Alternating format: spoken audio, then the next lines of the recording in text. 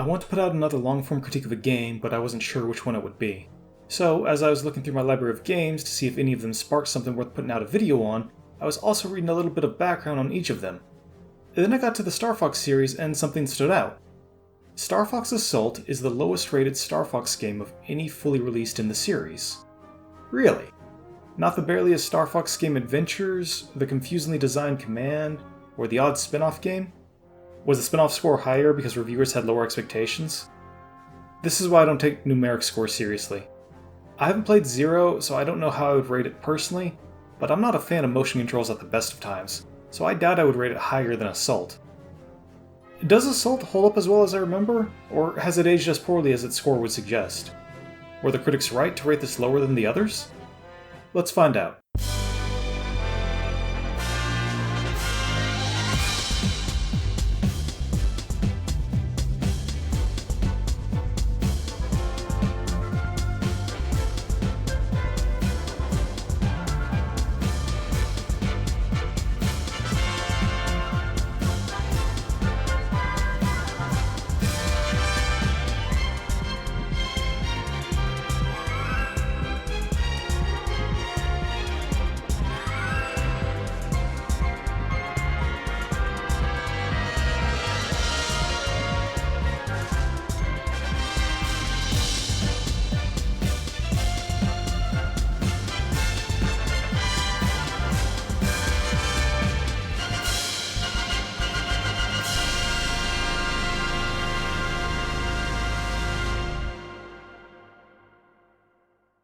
Star Fox 64 released in 1997, becoming the standout game in the series. And while Adventure was released in 2002, it was originally a game called Dinosaur Planet that was rebranded partway through development. And it shows in how the Star Fox elements are mostly just a skin over the design of the original game. Around the same time as that game's release, however, we would see an announcement from Nintendo teasing a new GameCube game with hints at an arcade port. The arcade game never manifested, but in 2005 we would see Star Fox Assault released to the GameCube. The first game in 8 years to be designed from the ground up as a Star Fox game. After almost 10 years, Assault had a lot of work to win back an audience that had been continuing to diminish without support, and, depending on your feelings of adventure, actively spurned. Which is why the cutscene that opens the game is so important. It has a lot of tasks to balance. It has to reassure the players about this being a full Star Fox experience, address the changes to the world since the last game, specifically 64, very important given its attempts at a darker story, reintroduce the characters, and establish the tone of the story. And it has to do all of this while keeping in mind this is for an arcade shooter, so it doesn't have a lot of time before the cutscene becomes an annoyance to playing the game. Given all of that, it's actually impressive how much it pulled off. Immediately we establish that Andross is truly gone, so there won't be any surprise reveal that there is a single force that's a danger to the galaxy in the same way that Ganon is the only real mastermind in Zelda. There's still the possibility of that being a reveal as long as we're still dealing with Andross's forces, but the end of the level will cut that off completely.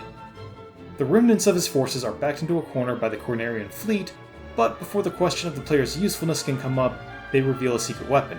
This is now a make or break fight. Either win here and rid the galaxy of the last remnants of Andross, or lose and deal with another tyrant rising to power, and the Cornerian forces are now on the losing side of this battle. Cut to the dramatic reveal of the Great Fox. The Star Fox team comes into the game with one big hero moment. These are the characters that beat Andross and save the galaxy. They are an elite team, and they come into the game being treated like it. Only 2 members of the team get speaking roles right now. That's alright, there are pre-mission dialogues that'll give them room for more. Fox speaking first cements him as the leader of the team, which is good because the last game had the team broken up. So showing that the team has accepted his leadership from the start of this one leans into the idea of them being a tight-knit elite team instead of the underdogs, which would be hard to justify if we want to treat them as saviors of the galaxy, which we do unless we want to undercut all the players' work in the previous games. Slippy is next to speak, which makes sense as the overexcitable comic relief of the group, and all the others at least have body language showing them calm and confident. From fade in to fade out, that cutscene is a minute and a half. If we add in the dialogue after, the full sequence is just over 3 minutes. That's some really efficient use of time. The dialogue has some more characterization for the members of the team that haven't gotten a chance to speak yet, but the important points have been hit. In the pre-mission dialogue, we still get a few little character previews. We've seen Fox and Slippy already. Peppy, a bit cynical in his old age, refers to your foes as scum, just in it for the money. Crystal points out the dedication for simply a bunch of hired thugs, fitting given her new position as the team's telepath, a role that uniquely equips her for being the one to read opponents and fill in for their motivations.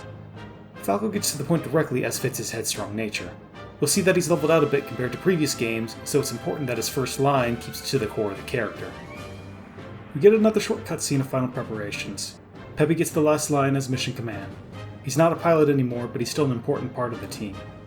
One final shot to hype the R-Wings and emphasize barrel rolls as a mechanic and show that it's an in-story skill as well as an in-game skill. Then it's time to start the mission.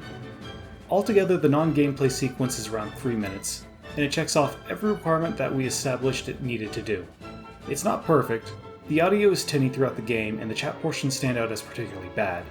I think the intention is to make them sound like they're talking through a radio, but all it really did was make me restart multiple times trying to fix my audio. Oinkini having the voice of a squeaky teenager sort of undercuts the threat and makes the Cornerian fleet a bit of a joke. Instead, I would have had his general speak for the opening and the first half of the level, and reveal Oinkini himself as the mission changes to landfall. He's ultimately not super important to the plot of the game, so we don't need a lot of time with him. Also, forming a flight pattern and breaking through in a straight line continues the ongoing treatment of space combat as something that only happens on a two-dimensional plane. Star Fox is hardly alone in that, so it's not a big deal, and other than the sound quality, all of these are ultimately minor problems. Overall, this is exactly the opening that Assault needed to start with to win me over as a fan. So how does the first mission handle when we finally hit gameplay? As is fitting for the first stage of the game, we start off slow. No enemies are on screen yet to give you time to get used to the feeling of flying. This was a different team from both of the last games, so you'll notice a difference in game feel. Not bad necessarily, but different. When enemies do appear, they'll be alone or in small groups, allowing you to get used to firing at them. Not long after you start, Slippy will be attacked by an enemy requiring you to save him. It's only a single enemy, so it's unlikely that you'll miss. If you save him, he'll thank you, and Falco will imply that this is normal behavior, because, yeah, this is probably how you remember him from 64. If you aren't able to save him, the game notably won't call you out on it like it will later under similar circumstances, but instead blames Slippy for being at fault. They warned him not to be careless, so the damage he takes is on him, and not the player. Mechanically, this lets the player know that it's okay to make mistakes. There's only 10 missions, so there's an expectation that you're going to be repeating them. You can make mistakes while you're still learning and progress through the game, then come back later to try a more efficient run. As the level progresses, each of the core items are introduced one at a time, and as is fitting for the first level, they are added with few to no enemies next to them, so you can immediately see the effect that they have when you pick them up. You should have read through the controls in the manual, another link in the description, so this is extra reinforcement and the game using gameplay to show you how these things work. Even without the manual, you would probably be fine. The number of enemies ramp up quickly, but are fairly passive entities for the first quarter of the mission. There are larger ships that work as a sort of environmental hazard. They can be destroyed for points, but they're not likely to get in your way. Just train for you to shoot the environment around you, important if you're searching for the hidden flags. About halfway through, they'll bring out a mini-boss. The goal is to start teaching you that you need to be using the barrel roll to dodge and staying aggressive with your blasters. This is directly told to the player beforehand by Peppy. Unfortunately, I am very stubborn and do not use it nearly enough through the entire playthrough. I'll admit, I'm not very good at any of the Star Fox games, and even then it's been a long while since I played. Anyway, after dealing with the mini-boss, you hit the planet for the final stretch of this mission. The difficulty doesn't increase drastically, but there are plenty more enemies added and another chance for a squad mate to take damage. Failing to save them here will actually force them to retire, showing the usual consequence of failing these sequences. Then you get to the boss. It's the Andross fight again. After 3 games, there shouldn't really be any issue with knowing what to do. Even if you've never played a Star Fox game before and they did nothing to signal what to do, you would probably know how to fight through sheer cultural osmosis. Oinkini is set up as an imitation that falls far short of the original, and that's what this is, an imitation of the original Andross fight. While the leap from the Super Nintendo to the 64 was able to bring enough of an upgrade to make it the standout experience, each follow-up fight has had diminishing returns since then. We fought Andross in Star Fox 1, 2, now that's seen an official release, 64, and by extension its 3DS remake, Adventures, and 0. While he's not the final boss in that game, he also makes an appearance in Command. Not counting the spin-off Guard, every other game has attempted to recreate the experience, but being stuck in the past has been to the detriment of the series. Unlike the Zelda series, Star Fox is the same team, the same characters, who who should hopefully grow and change as they overcome the challenges faced in each game. Having the games repeat so consistently undermines that growth and accomplishment, and makes the galaxy feel small and the team's victories inconsequential. And that's when we're not just retelling Star Fox 1 and 64 again. Given the jump between the two games, I can't say it never works, but I don't think this is a healthy position for the series to be in. This game pushes to move beyond the past, and nothing emphasizes that more than the introduction of the real villains of the story. None of the members of Star Fox deal the final blow. Instead, a laser descends from the sky as the real boss of the level and our main antagonist is revealed. If this were Andross instead of Oinkene being haphazardly disposed of, this would have felt awful, as that would have just been another way to undercut the player's accomplishment. But he's not Andross, and he never could have been. Our new antagonist is the insectile Aperoids. The fight is good at signaling how you have to fight. Oinkene and prior spaceships already show you should be attacking anything round, glowing, or glass-like. Where you should be shooting is obvious, but the teammates will still chip in on where to shoot if you take too long. This fight also acts as a preview for later fights with similar style attacks, but a little less overwhelming. It does have a unique attack where you have to dodge rocks that come in from overhead. You can get more hits in here, or you can just focus on dodging. It's a solidly designed fight, but I unfortunately have to complain about the sound design. I'm not sure Rusty Wheel Squeak was the best choice for the repeated vocalization of the boss. Can't say I'm a fan. Eventually you'll beat it. It likely won't have been a great effort on your part, but the characters will treat it as at least a tougher ordeal than Oinkene, which is fitting for the boss that replaced him. Then the game reveals that there are hundreds more of these boss-level creatures, and the main plot begins. The chat before Mission 2 reveals just how dangerous these things were. Just one was enough to take out an entire fleet before it was destroyed. The Aperoid core that Fox took at the end of the last mission is being researched by Slippy's dad of all people, and we're given a new mission to respond to a distress signal and hopefully get a fully intact core to help with the research. This is mostly an exercise in setting up the MacGuffin we'll be chasing and directing us to the next mission. There is a nice little moment where Crystal shows concern about Fox and volunteers to join him. Fox tells her they need everyone in the R-Wing, so it's just Fox on the ground for Mission 2. Crystal was hinted at as being a love interest for Fox in Adventures, but they didn't have much time on screen between the two, so giving them time to flesh out that relationship is a good idea. And her being the one to volunteer shows that she's an active participant in the team. It also makes sense why the developers didn't want her on the ground in the second stage. It gives a chance to show Fox being level-headed and taking command, despite the danger it places on himself. But on a more mechanical level, this mission is going to be a new type of gameplay to the series. The Star Fox crew will each get a turn to help out on the ground in later missions, but unfortunately the ally AI leaves something to be desired, so it's better to not have the player try to lean too much on the AI assistance, and instead show how they should finish these missions on their own. These missions are going to be focused around switching between vehicles like the Landmaster and the R-Wing when they're provided, but mostly it'll be third-person shooting. Even without vehicles, you'll notice that Fox moves very quickly, and you'll cover a lot of ground. Which is good because cover is something of a foreign concept for this game, so keeping on the move is your best defense.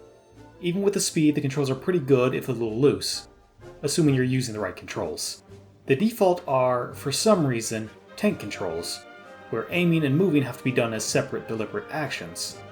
If you recall my previous sentence, you'll notice that deliberate aiming doesn't tend to work well in a game where you're supposed to be kept on the move. Luckily, there are two other control schemes, and one is basically just modern shooting controls, where the left analog moves and the C-stick aims. I know the controls for third-person shooters haven't really been nailed down yet, and these extra control schemes probably cost a lot of dev time in an age before accessibility and remapping controls were just easily swappable options provided by engines. But I have to wonder why this wasn't made the default control setting in the first place. I have to also wonder at not making these swappable in the middle of the mission. When you pause the game, you'll get a map of the level, but that's about it. Considering you can see the map without pausing, you probably won't be using it much unless you need to walk away from the game. I have to assume there was some limitation the developers were under for them to not implement that. Or maybe they considered the mission short enough that if you didn't like the controls, you could exit out, adjust the settings, and come back without losing much progress.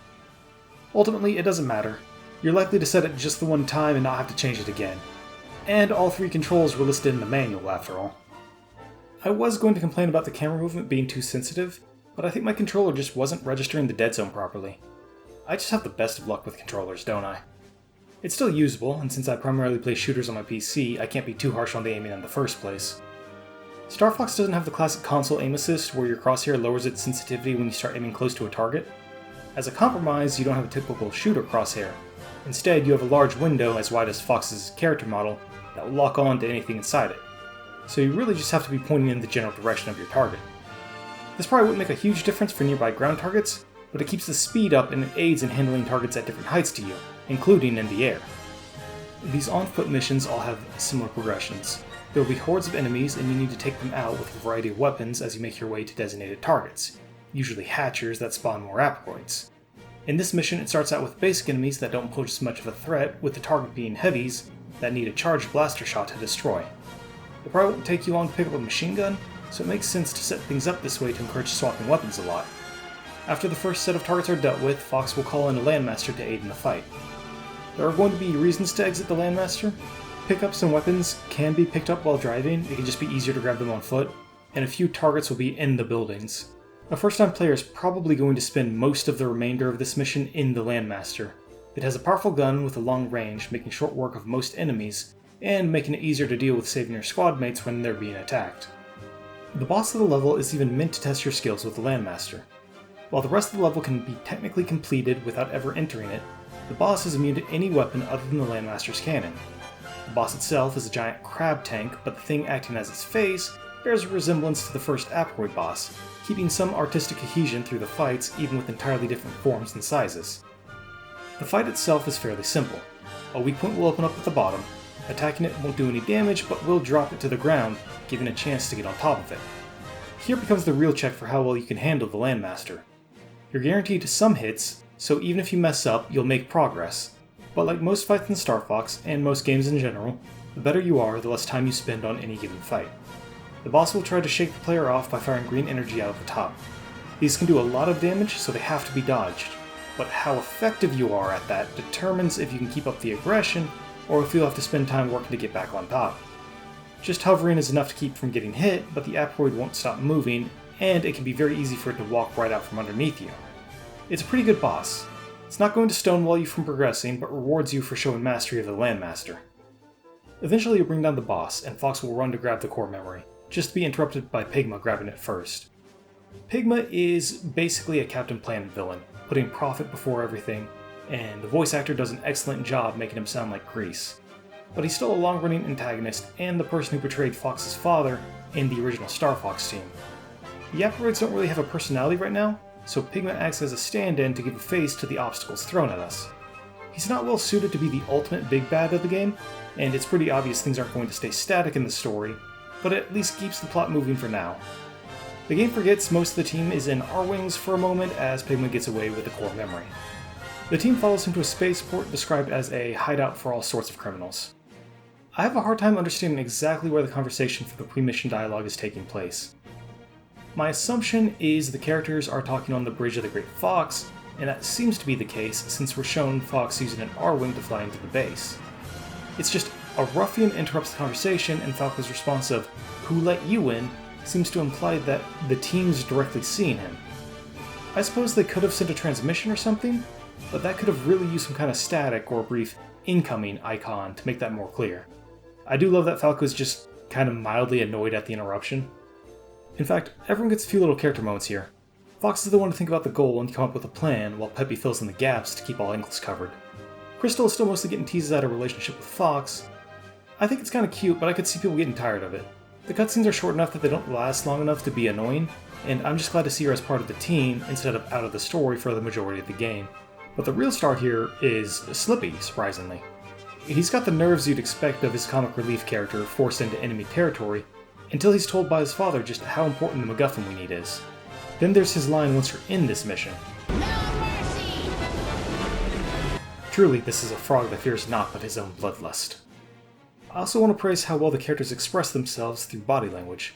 The faces stay fairly static since they're still remnants of that puppet style of the original games, so their personality has to come through in how they move. You'll notice that there's rarely a frame where the characters on screen aren't moving around. Not just their arms, but their whole bodies. Playing this after a couple of RPGs where I was lucky to get as much as an arm waving, this stood out to me, so I thought I would draw attention to it. Most of the lines that come up during missions are used to explain mechanics in the game, so it's important to make the most of their time on screen. The mission itself is about taking out spawners in the space station. While on-foot movement was introduced in the last mission, you would likely spend most of your time in the Landmaster, so it makes sense to force the focus on this map. This map also has a focus on verticality. Start at the bottom, work your way up to destroy the targets. There's plenty of platforms and ramps, but most of them have obstacles coming down from them. The game does give you some freedom of choice in how to progress though. This stage introduces a high-power sniper rifle, and most parts of the stage can be seen from across the map, so you can use it to clear the way before moving on. Or, if you favor the direct approach, you can just take the machine gun and force your way through. The game gives you plenty of room to experiment. Most of these maps are reused as multiplayer arenas, so one of the goals for the single-player mode is to let the player learn the map. That's one of the reasons for the way these missions are designed. Since the targets are spread throughout the level, the player will familiarize themselves with the map before they head into multiplayer, and the game will guarantee this because most maps have to be unlocked through single-player first. This is good for the player with the game, and works well if other players come in with the same experience. Unfortunately, this may not be the case, and one player will have vastly more experience than the others. The multiplayer is fun regardless, and since this game comes from the era of cheat codes, there is of course a cheat that will open up all maps.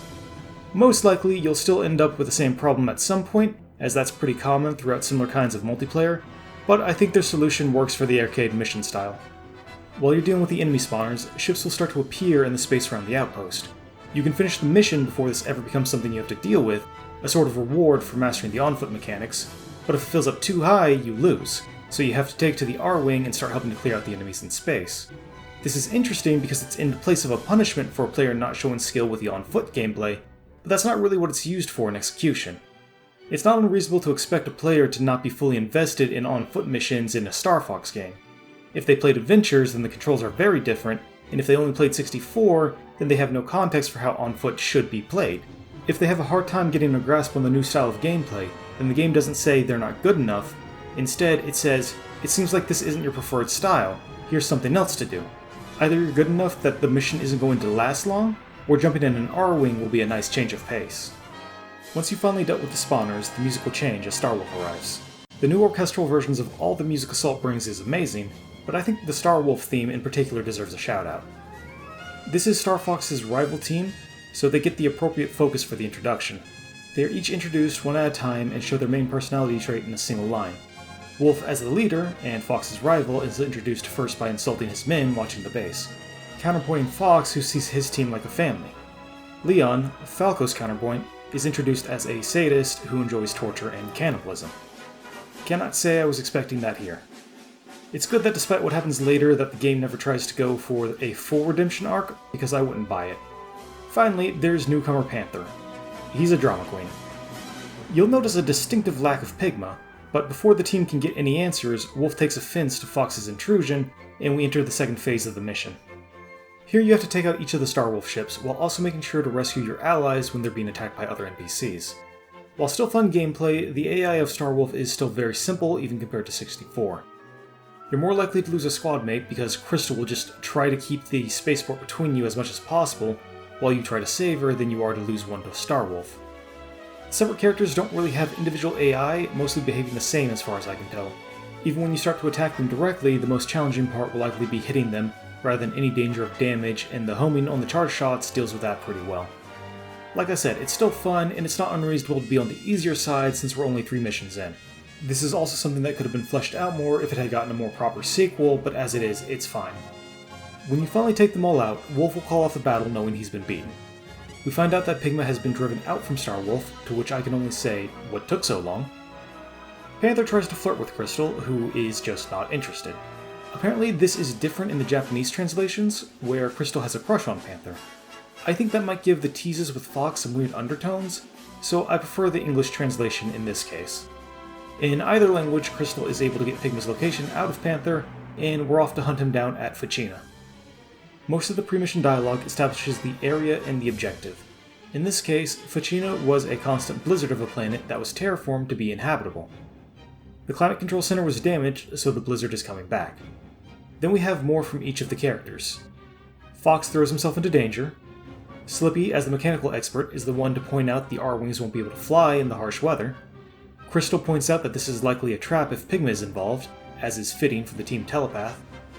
Since Falco is supposed to be the team ace in an R-Wing, he's not exactly gunning to go to ground in the cold, and he says as much, just as cocky as possible. Peppy points out the worst case scenario should we fail the objective, giving stakes to the current mission rather than just the overall plot. And Rob's here too. I haven't really talked about Rob much, and I'm not going to. He's there, and he's a robot, and that's about it. The mission itself is another that's mostly focused on the Landmaster. There's a lot of ground to cover and not a lot of visibility. The target this time is shield generators, so there's still a lot of hunting through the map, but there's no time limit here. There's not a lot of cover and a swarm of enemies who hit hard, and most of their shots will stagger Fox while on foot. So while you can go on foot, and will have to if you get careless and get your Landmaster destroyed, you'll likely want to stay in your Landmaster until you take out all the shield generators. Other than the tougher groups of enemies that spawn in and the lower visibility, no new mechanic is introduced here now that we're almost halfway through the missions. There is a new gameplay type, but we'll get to that in a second. For each of the already introduced gameplay styles, the player has already been taught the mechanics, and the next one to come up will be a lot less complicated than any of the others, so we're out of the phase of teaching the gameplay and are moving towards testing the player's skills. When you finally take out the shield generators, you enter the Climate Control Center to set things right. Pigma's trap triggers, and you end up surrounded by the Climate Control's security forces. It's a survival round, and you have to keep killing them before you're overwhelmed. It doesn't limit the weapons you can use, but the only ammo you're likely to get reliably is for the machine gun. The enemies themselves are invulnerable until they attack, and the stage is a fairly empty arena, so the goal is to manage the enemies while staying on the move, and baiting the enemies to attack so you can destroy them. Once you've dealt with that, it's time for that gameplay change I was talking about earlier. Falco picks you up and you ride on the wing of his R-Wing with a high-powered gun that has no ammo limit, so you can just keep firing it. This is just a classic turret section, really. I'm glad it's never a full level because I think it would have outstayed its welcome quickly. Right now, it's a good cooldown between the different gameplay modes and shows off a unique thing you can do in multiplayer. It's not too much hassle and is basically guaranteed to max out the combo meter during this section, so if you're chasing score, this ends up being an easy level to increase it. When you're finished with this section, Pigma comes in as Slippy drops a big reveal on us.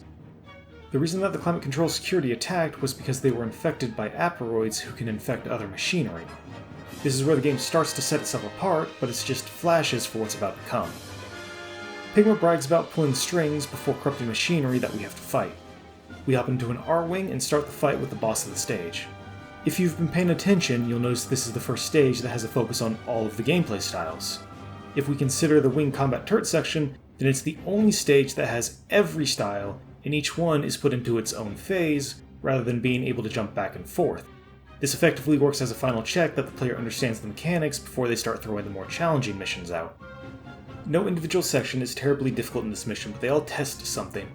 The first section tasks you with maintaining the Landmaster's health while dealing with the shield generators. That's why the weak spots are up so high, because it will force your screen away from the enemies on the ground, so you need to either deal with them first or manage the space and shots coming from them without looking at them directly. The on-foot section has very little, if any, cover, and the enemies chase you around. This really isn't a cover-based shooter, so if you've been making progress by hiding behind walls and taking pot shots, this is the game telling you directly that you should stay on the move as much as you can. The Wing Combat Turret section checks your spatial awareness more directly, because after it gives you time for getting used to the change, it will start spawning in enemies from off-camera, training you to either look around frequently, or to keep an eye on your radar. Anything that keeps you aware of the stage. Then the R-Wing portion passes you with defeating the boss by firing bombs into its sweep point when it's open. A new player has likely been leaning heavily on the homing shot in the previous R-Wing segments, so this is the game enforcing a more deliberate playstyle. You have to aim and line up the shot as the boss moves around, so you can't just hover in place and fire. The use of bombs also means that a mistake means gathering more bombs before trying again. The enemies that surround the boss can drop bombs when destroyed, and the rate of that drop has been increased, so it doesn't feel like a punishment for missing, since they're easily replaced, but it does, just by nature of how the R-Wing is controlled, force you to reposition before you can take another shot at the boss. The boss fight itself is probably one of the weaker ones in the game, but I can appreciate it for how effectively it guides the player to use the R-Wing. When you eventually take it down, the team will talk about how being betrayed by allies is a scary thought, and that those without strong wills can easily be turned evil. This is what we call foreshadowing, but it also works as a callback. Fox himself states this reminds him of someone, then we get this line.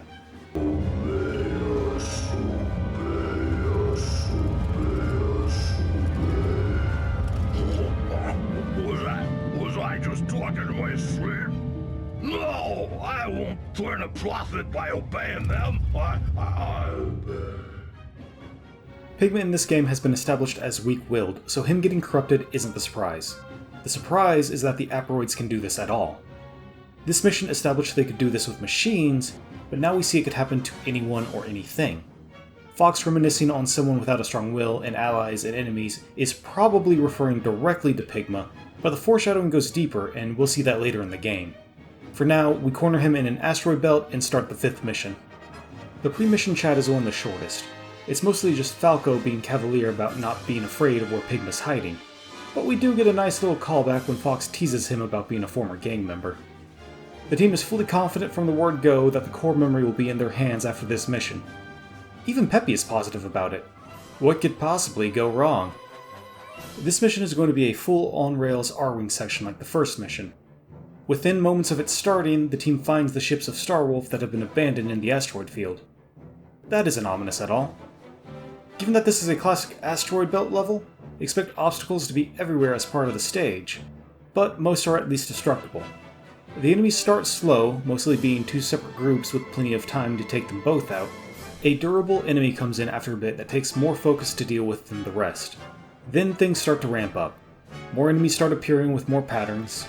Then it's not enough to dodge stationary asteroids as they'll be launched at the player. There's a pause in the frantic pace to catch your breath, and even get a heal if you manage to save Crystal. It's interesting that the most reliable source of pickups comes from protecting your teammates. It's a good incentive for being invested in them. The pace picks back up as you fly across Pigma's base. The team implies that Pigma had probably been building this for a while, but I wonder about that. It seems a lot cleaner than the kind of machine Pigma typically uses. Just hold on to that thought for now. We have another fight with the prototype, the enemy we fought earlier this mission. In case you didn't pick up on it in the last mission with the boss, the game restates it here. The Aperoid conversion can happen very quickly. So we have a new mechanical challenge, story implications, and some character building as the team reacts to it. All within about 5 seconds of it being revealed. Not bad.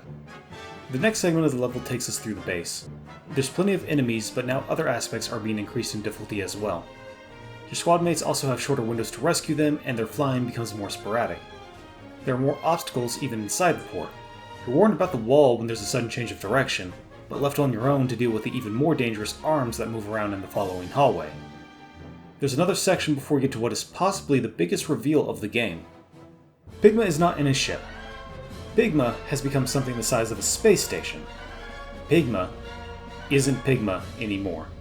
Star Fox has been taking liberally from Star Wars, so I suppose it's only fitting that it start taking cues from Star Trek's Borg, or if we want to go further back, Doctor Who's Cybermen. I haven't been talking much about the Aperoids yet. That's because up till now they've been little more than cannon fodder, just something to fill game space and give us a reason to shoot things. This is the point where they become a standout character in their own right. It's no accident this reveal was saved until halfway through the game. Your first time through, you would probably underestimate them the same way the crew does.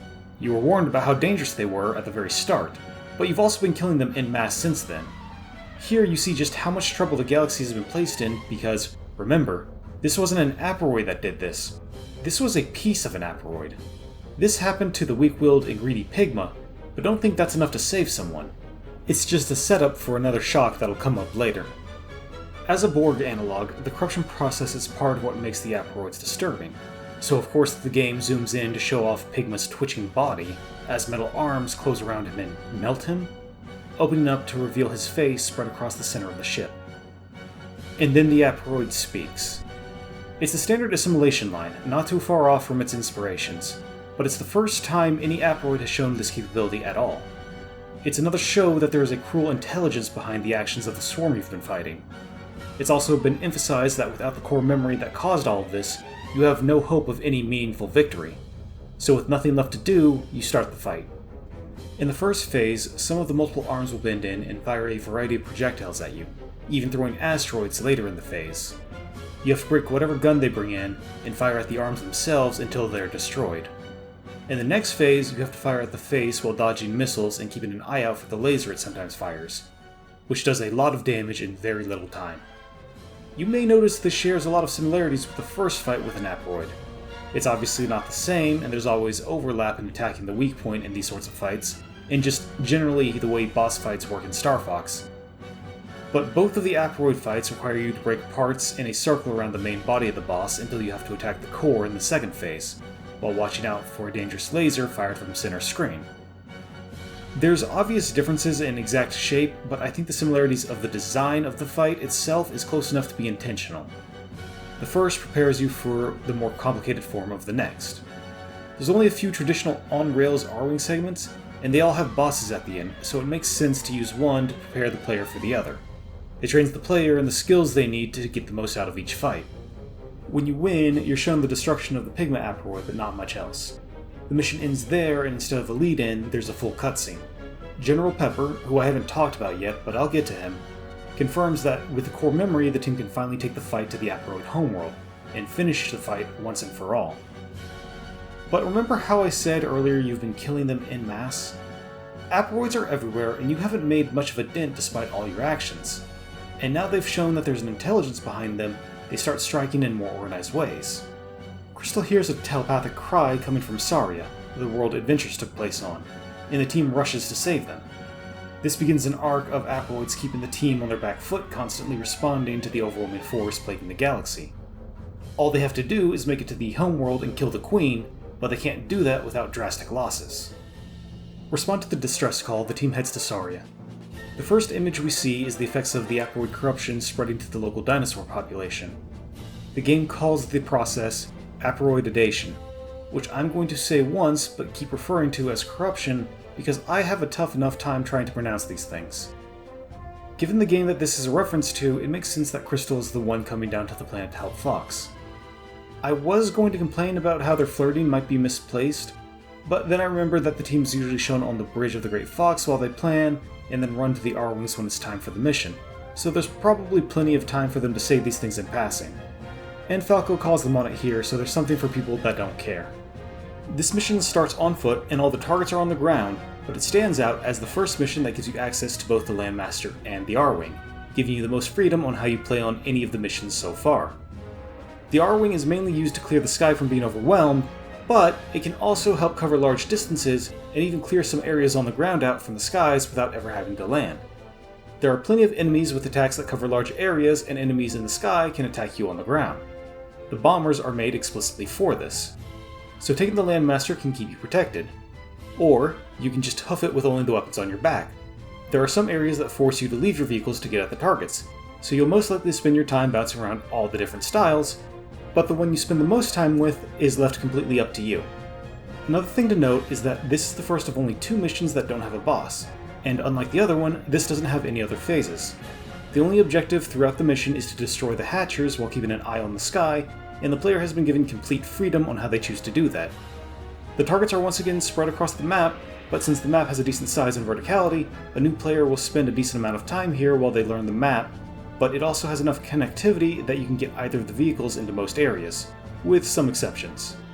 We've passed the halfway point, so the game is trusting that you know how to make the most of the mechanics it's given you. When you destroy the last Hatcher, the mission ends, and your reward is a cutscene with Fox, Crystal, and paying off dropping his name before the mission, Tricky, who has grown since the last time we've seen him in Adventures. This is mostly a bit of levity now that the immediate threat has subsided, but it, along with the preceding mission, is a bit of an olive branch with fans who may have come in with Adventures. That game was always going to be something of a spin-off, so it's unlikely it ever would receive a direct sequel that matched it in terms of gameplay. This whole segment is saying that what you did there still happened and still mattered. If the game opened by putting Andross' forces to bed for good, then this is taking the elements of the last game and saying that you had an effect. Your time there mattered.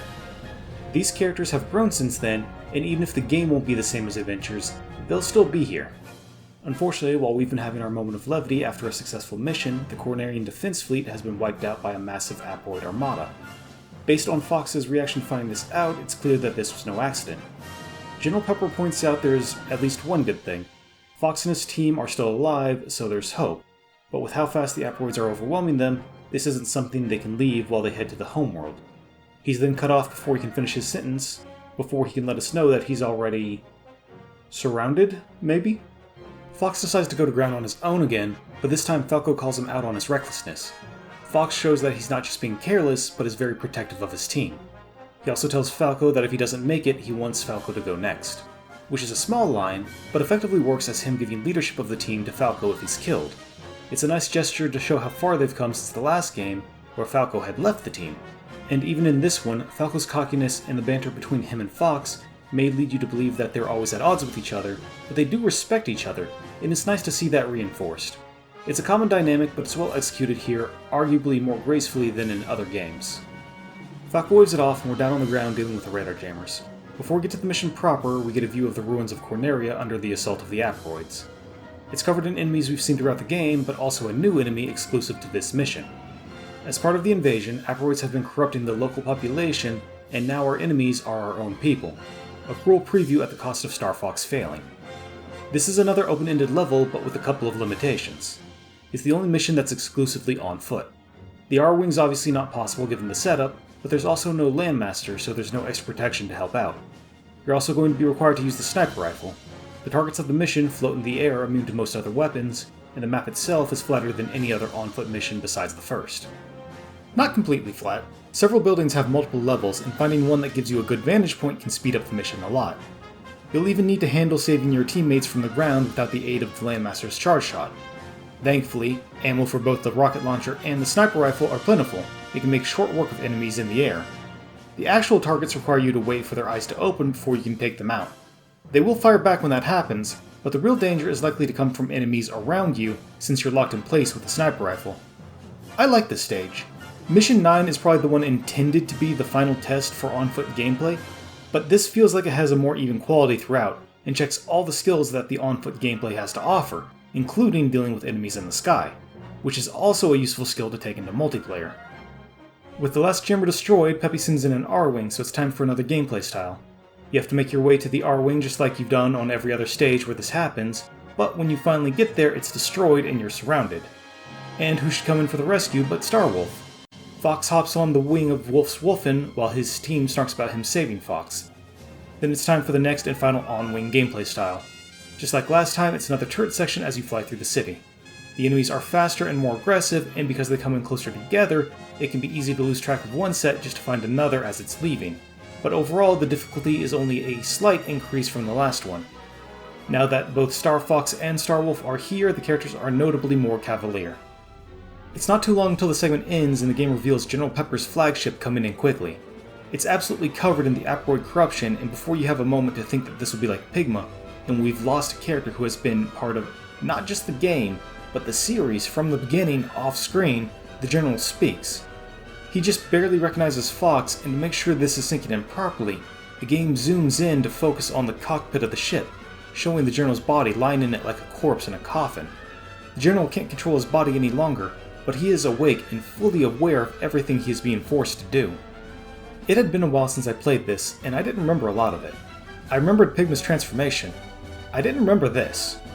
I was not prepared to have a boss fight with General Pepper while he begged me to kill him before he experienced identity death while he was forced to watch himself try to kill his friends in the skies above his war-torn home city. This is from the series that gave us a bunch of funny meme lines. If this was handled any less well than it was, I wouldn't be able to buy into this. But as short as the game is, the characters had plenty of personality, and I was able to get invested in them. Since they cared, I cared. If you remember in my Phantom Crash video, I praised the character tics that came up while you were playing in the arena. I haven't mentioned it yet, but this was something that was always a part of Star Fox. Characters would make comments as you played through a level, and that's true here as well. And there's a few more that are based around the context of what you're doing and how well you're doing to expand on it. The reason I bring it up now is because when I say that you have to listen to General Pepper beg for death, I mean you listen to it all through the boss fight, and you have to listen to each character reacting to seeing their friend in this state. It's still a Star Fox game, so when you finally deal the final shot, Peppy comes in and rescues the General. Notably, the General does not agree with this action and obviously considers it just putting everyone in danger, but we need to set up the possibility of a happy ending for all the good guys. We get a scene of a back and forth between Wolf and Fox. Wolf urges him that when the time comes, Fox needs to just act, and with that bit of advice, we're back into space. This was probably the darkest part of the game. There were brief moments of levity at the end of Sarya's mission, and while initially getting help from Wolf, but they both just made this moment stand out more. There are still challenges in the last 3 missions, but this is the one that had the most direct show of the risks that are faced, the horror of someone resisting the Aperoid's corruption, and how anything less than complete and total victory will end in failure, as this happens again.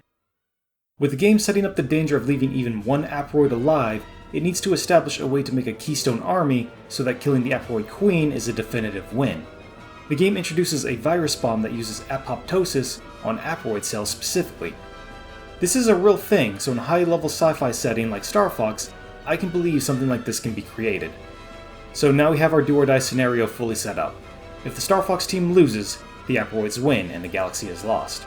If Star Fox makes it to the Queen, then the Aperoids lose and the day is saved. The Aperoids, having shown their intelligence earlier, begin an assault on the gate the team plans to use to make it to their homeworld. This mission is entirely all-range mode, so this feels like an effective cap to this gameplay style like the last mission was for On Foot. And On Wing, I guess. The next mission will combine both, but this one feels more like an effective test of the player. It starts with a fairly easy arena. It's absolutely filled with enemies, but none are incredibly dangerous unless you start playing very poorly. It's effectively a moment to let the player regain their bearings with the R-Wing after not having access to it in the last mission. Even then, you'll still have to rescue your companions, and they have a bad habit of putting the entire space station between you. But that can get you thinking about looking around the station for the variety of power-ups they put around the stage. Before too long, you'll be warned about a warp signature, and the main event of the stage will begin. Missiles start to spawn in targeting the gate, so the mission becomes a balancing act between destroying the missiles before they make it to the gate, without being overwhelmed by the enemies around the arena. They're not targets anymore, so there's no reason to focus on destroying them unless you need drops or care about keeping your combo up, but you will have to deal with them occasionally attacking you. The first set of missiles don't take too long to take out, but more spawn on the other end of the arena, and even more will spawn while you're still trying to get over there. To help out, Starwolf comes back to play the heroes again.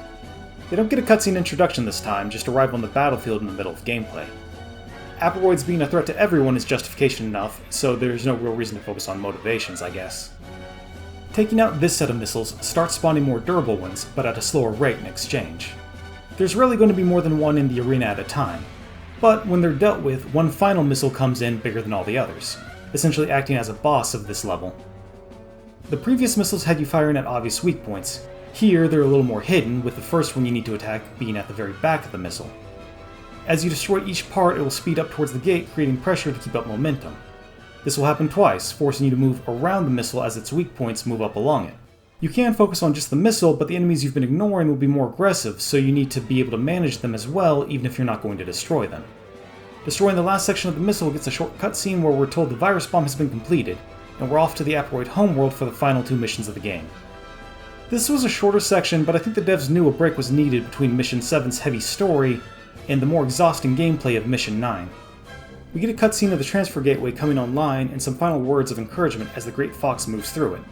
In a nice mirror to the beginning of the game, we see the Great Fox coming through the other side of the portal, and we finally get to see the Aperoid's homeworld.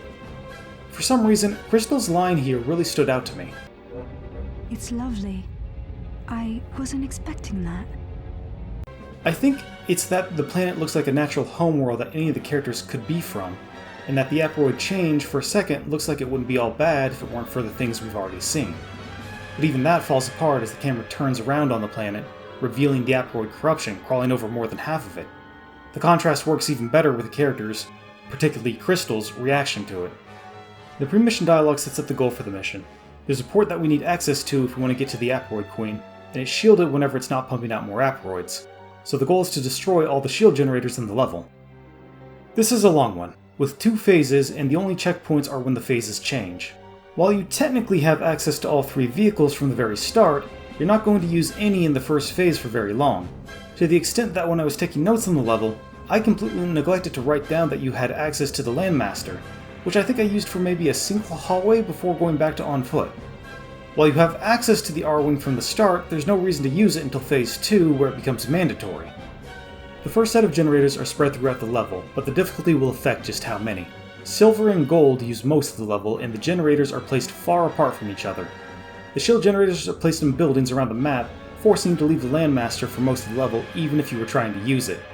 You'll have to work your way to the bottom of each building, blasting all the enemies in the way and dodging the now ever-present AoE blasts from turrets, before heading back up and going to the next building. Don't expect that to be easy though. The hallways between buildings are tightly packed with durable enemies with strong attacks. Balancing what guns you're using can help here, but being careless can make the level drag out a lot. At least the blaster charge isn't tied to ammo, which definitely helps. This portion is what makes this a long mission. I don't think it's a bad level, but it's usually going to come in at twice the length as all the other levels. I understand that these last 2 missions are basically making up a 2-part finale, but with the hidden flags and score system, it's obvious that the game was made with the idea of replaying in mind, and to make that as easy as possible. Fast-paced missions are an important part of that design, so it stands out even more than it normally would to have any one mission feel like a slog. I probably spent more time on the final mission overall, but it's a classic R-Wing mission, which are always welcome, and it had been a while since the last one, plus that was more to me dying compared to this one where I never died once. Combine that with being the last mission, and it's got a little more leeway in its design. Again, I still think this mission is fun, it just needs a little more polish. Maybe more hallways between buildings to minimize the small amount of backtracking a bit further? Well, you'll take out the generators eventually, and then the game will spawn more on the bottom of the base. Time to head for an R-Wing. On Silver, both sections of this level have 6 targets to find and destroy, but this section goes a lot quicker because of the faster movement of the R-Wing and not having any other structures to go around. Like last time, you still have to keep an eye on your teammates, but since there's no time limit other than that, it's easy to take the time needed to properly line up shots to take out each target quickly. Take out the last target and the mission ends as we cut to a scene of the team preparing to enter the homeworld, but an energy reading stops them as the asteroids reroute power to the shields. Attempts to break it with the laser don't work. All seems lost until the Great Fox comes in covered in a swarm of asteroids. Peppy sacrifices himself so we can continue. The effectiveness of this scene is going to depend entirely on how invested you've become in the characters. Looking back, the voice work is a little shaky, but in the moment, I bought it completely. It's a strong motivator to finish the fight, bringing us to the final stage. There is a pre-mission chat like the other missions, but whereas the others had a distinctive style to represent them at the Bridge of the Great Fox, where we could see their full character models, this one shows them in the R-Wings traveling down through the planet. And who should come in for the final fight but Starwolf? Admittedly, this isn't too surprising as it's the third time in almost as many missions that they've done this, but by extension, they've been part of the game since the third mission, and the last mission wasn't a great place story-wise to leave them. I don't mind seeing them anyway. It feels like a proper conclusion to have both elite teams of the game here for the final level. As I said before, this is a classic R-Wing level, and it's not going to go easy on you. There are more enemies than ever, and they're quick. For several, if you don't take them out, they'll come in behind you, making you use the R-Wing somersault to avoid them. You have to be careful though, because unlike previous levels, this isn't wide open space. It's a corridor through the planet itself, and sometimes that doesn't give you room to move. There are plenty of non-enemy obstacles that come in from nowhere, and move around or fill in space quickly. About halfway through there's a mini-boss, but this time that doesn't stop other enemies from spawning in. It's easy to get hurt at any part of this level, and damage builds up quickly. On top of all of this, you still have to keep an eye on your squad for when they need to be rescued, and you're not given a lot of time to help them. They do at least reward you with very helpful drops if you can save them. It's a great test of the player's skill, and playing through efficiently requires using all the tricks the R-Wing has access to. At the end of the level will be a barricade of enemies that you can't pass, and the goal just becomes survival until Starwolf can take the heat and guide them away. Then it's time for the final boss. The battle starts with mental assault on the characters as their fallen comrades, and Pigma, try to convince them to give up, and it looks like it starts to work, at least until the Queen tries to use the image of James McCloud, assuring Fox that these aren't the voices of his friends and family, and Pigma, because his father would never tell him to give up. The advice Wolf gave him comes to his mind and the fight truly begins. Unlike the other classic R-Wing missions, this one starts in an all-range style arena. The Queen's weak point is a red gem at the front, but it's protected. You have to juggle destroying the armor while she spins to prevent too much damage on any one part. Every now and then she'll stop moving so you can get a few free hits here, but she also charges a beam attack that does a massive amount of damage if you stay in her front arc. And while you're dealing with all of this, the Queen is still telling you to give in and surrender through the voice of all your friends. And Pigma. I want to point out the design of the Queen's model as well. Much like the planet being something lovely just to reveal the hideous corruption within, the Queen has this appearance inspired by that of an angel, with the armor forming something of a regal dress, and a wing-like structure surrounding the white mask, and 6 wings that sprout just before the fight. But as you do more damage, you start to reveal something more insectile and wasp-like, very similar to the original boss you fought all the way back at the beginning of the game. When you finally break the gem-esque weak point, Fox will upload the program to the Queen by firing it like a bomb. One of the reasons I keep referring to it as a virus bomb is because that's essentially how it's used. And for a second, it looks like that will be it. But what kind of Star Fox final boss only has one phase? The second phase begins with us hearing the Queen's voice for the first time. It's this creepy monotone voice of the Legion that goes on about how the galaxy belongs to them and how we should surrender. It's an appropriate extension of the Cybermen Borg theme that the Aproids have. The floor sinks in as the Queen tries to escape and we have to chase after her to continue the fight. Now we get a more classic R-Wing boss, and it's an evolution to Pigma's fight. There are weak points in a circle that you have to shoot, but less this time. The trick is that it won't do any damage to the boss. Instead, when they're completely closed, the center opens up as a dragon-like head comes out. You have to break the armor on it before you can deal any damage, while also watching out for the attacks it throws at you. Once the armor comes off, you can finally start damaging her. And while you're doing all this, your team will come in to help. And this is incredibly frustrating. The Queen launches a massive amount of mines that you're supposed to destroy before they hit your allies, but for some reason I just cannot seem to keep them consistently alive. This is definitely a skill issue on my part. I've seen this done before, but it might help if they didn't seem intent on moving between my laser blasts and the mines. I've started to just focus down the boss myself rather than trying to keep them alive. Get the health down far enough and the weak spot will close again and you'll have to close the orbs again, but you'll have to dodge between an absurd amount of lightning arcing around you. It doesn't stay too long, so you can just focus on dodging here. The third phase is much shorter, but also does a lot more damage, so you can't be careless. It only has 2 attacks. A big beam of energy coming from it. Oh, hey, there it is again. And this tunnel it creates that you have to stay in the center of as it moves around. This will probably be the easiest of the 3 phases, even if you've taken some damage. It's almost like a victory lap. With the last hit, we see that the Queen is destroyed and the virus bomb has started to spread to other asteroids, as the planet starts falling apart, pointing out that the whole hive mind was connected to the Queen as one big entity. But then there's this line. She tried to bypass evolution by stealing souls, but you have to be born with one. I disagree? But more importantly, does this fit with the rest of the game? Evolution was never really a theme of the game. There was something about growing from the past, but that was mostly in a meta sense. And also, that's not how evolution works. Souls were never really a part of the discussion of the game, although that could be related to the contemplations on willpower earlier, which overlap, but aren't the same thing. I have to imagine this was a translation error, and this was meant to say something else. I can't find the Japanese script, but here's the audio, and if someone can tell if they're saying the same thing, please let me know. 惑星全体に崩壊が伝わっていくわ。アパロイドの絶滅ってわけだ。結局奴は巨大な一人だった。意志は食らうものじゃない。受け継いでゆくものさ。Thankfully, this isn't the line the game ends on, but before that, we get the credits. I really like how we get a synopsis on the state of each of the locations we've been to in the game.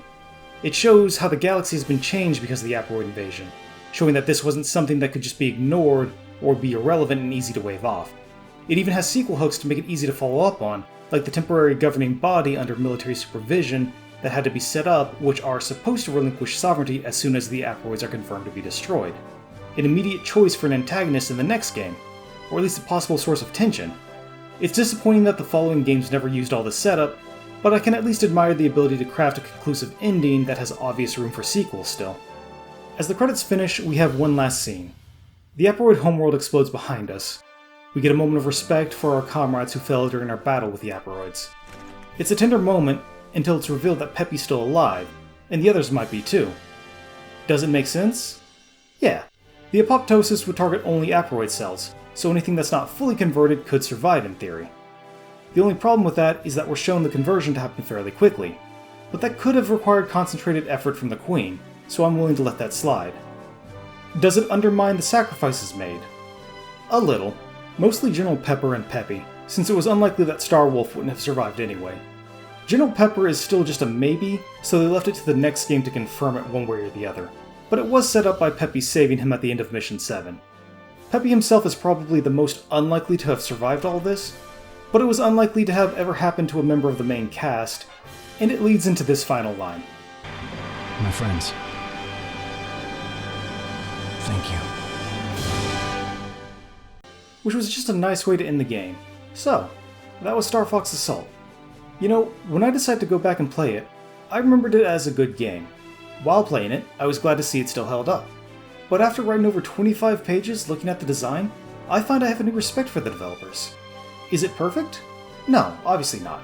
There are times when the voice acting is stilted, the movement can feel a little loose, on-foot gameplay could use a wider variety of objectives, and, like others, I would have liked to have more classic Star Fox stages. Although I will clarify this one a bit more. When I say more Star Fox stages, I mean in addition to what we already have, because the mission types end up fairly evenly distributed between the gameplay types. Most missions will give you control over how long you spend in any one gameplay style, and I find them all incredibly fun. Combine that with a more mature story, the same old memorable characters, and the fantastic orchestrated soundtrack, and there's really no reason to have this rated as low as it is compared to the other games. It's a great game, and I would recommend anyone play it.